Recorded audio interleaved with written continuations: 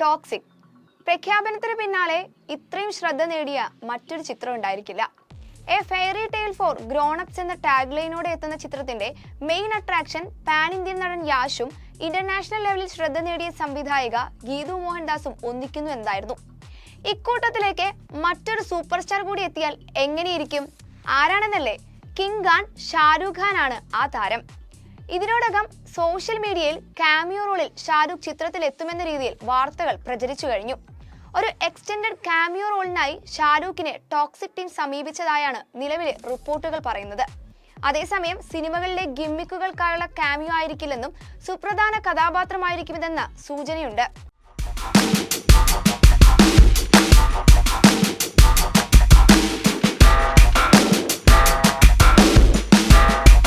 ആദ്യമായല്ല ചിത്രത്തിലെ താരങ്ങളെ കുറിച്ചുള്ള ചർച്ചകൾ സജീവമാകുന്നത്. ഇതിനു മുൻപ് തെന്നിന്ത്യൻ നടി ശ്രുതി ഹാസനോടൊപ്പം ബോളിവുഡ് നടി കരീന കപൂറും നായികയായി എത്തുമെന്ന റിപ്പോർട്ടുകൾ ഉണ്ടായിരുന്നു. വാർത്തകൾ പ്രചരിച്ചു എന്നല്ലാതെ അക്കാര്യത്തിൽ ഔദ്യോഗിക വിശദീകരണം ഉണ്ടായിരുന്നില്ല. കിങ് ഖാനിലേക്ക് വരുമ്പോഴും ഏറെക്കുറെ ഇതേ അവസ്ഥ തന്നെയാണ്. അഭ്യൂഹങ്ങൾ മാത്രമായി ഒതുങ്ങിപ്പോകാനുള്ള സാധ്യത ഏറെയാണ്. ഇതിനോടകം യാഷ് ആരാധകർ ഏതാണ്ട് ഉറപ്പിച്ച മട്ടാണ്. യാഷ് ഖാൻ തുടങ്ങിയ ഹാഷ്ടാഗുകളും സോഷ്യൽ മീഡിയയിൽ പ്രത്യക്ഷപ്പെട്ടിട്ടുണ്ട്.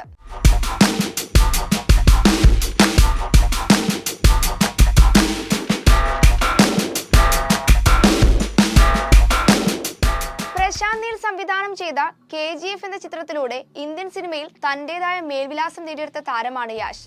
സ്വന്തം പേരിനേക്കാളും KGF-ലെ കഥാപാത്രത്തിന്റെ പേരായ റോക്കി ഭായ് എന്ന പേരിലാണ് നടൻ അറിയപ്പെടുന്നത്. 2022 റിലീസ് ചെയ്ത KGF രണ്ടാം ഭാഗത്തിന് ശേഷം യാഷിന്റേതായി പുതിയ ചിത്രങ്ങളൊന്നും പ്രഖ്യാപിച്ചിരുന്നില്ല. എന്തുകൊണ്ട് താരം മറ്റു ചിത്രങ്ങൾ ചെയ്യുന്നില്ലെന്ന ചോദ്യം നിലനിൽക്കെയാണ് ടോക്സിക് പ്രഖ്യാപിക്കുന്നത്.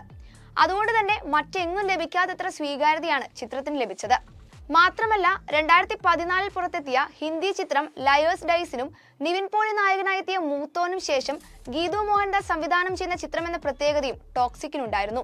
അരങ്ങേറ്റ ചിത്രമായ ലയേഴ്സ് ഡൈസ് മികച്ച നടിക്കും ഛായാഗ്രഹണമുള്ള ദേശീയ പുരസ്കാരങ്ങൾ കരസ്ഥമാക്കുകയും ഓസ്കാറിലേക്കുള്ള ഇന്ത്യയുടെ ഔദ്യോഗിക എൻട്രിയായും തെരഞ്ഞെടുക്കപ്പെട്ടിരുന്നു. നിവിൻ പോളിയുടെ മൂത്തോനും മികച്ച പ്രേക്ഷക പ്രശംസ നേടിയിരുന്നു.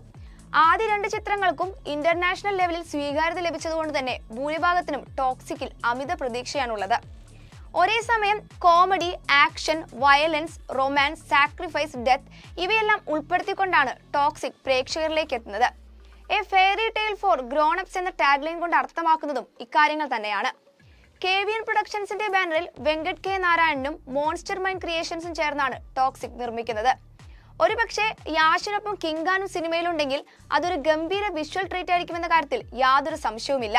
2025 ഏപ്രിൽ 10-നാണ് ചിത്രം റിലീസിനെത്തുക. Entertainment desk, movie world media.